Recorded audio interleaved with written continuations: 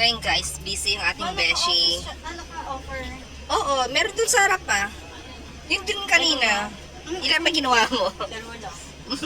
Pangmayaman, dalawa lang na kinuha mo. Magkano ba isa nito? Parang 7? so 7 times 5. Ay, Ano naka-offer? 650. Yung ano, ayan o, yung Argent Century Tuna. Eto. Isa lang binili ko. Pinag-bundle ka lang. So, 23 siya. Gagi.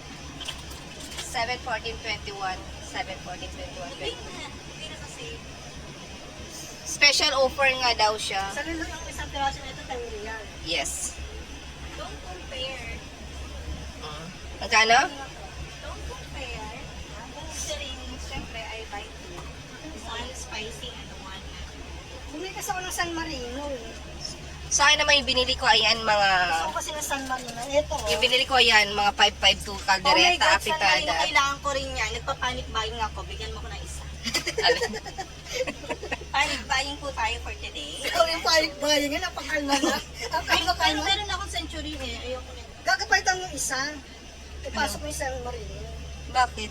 Ayoko. Paano naman? Ayan, amana, corned beef with sauce daw. Ayan, may pagaya-gaya sila. Yes. Amana. Amana, I Ano yan? take one this one.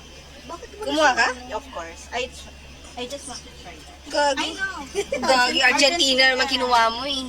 Yes, because this is Same, price. same. Yes. Saray na. So, tara na. So, yun guys. Kumuha na ako na yan. Nang, Apritada. masarap ba? I'll try you a 552 na.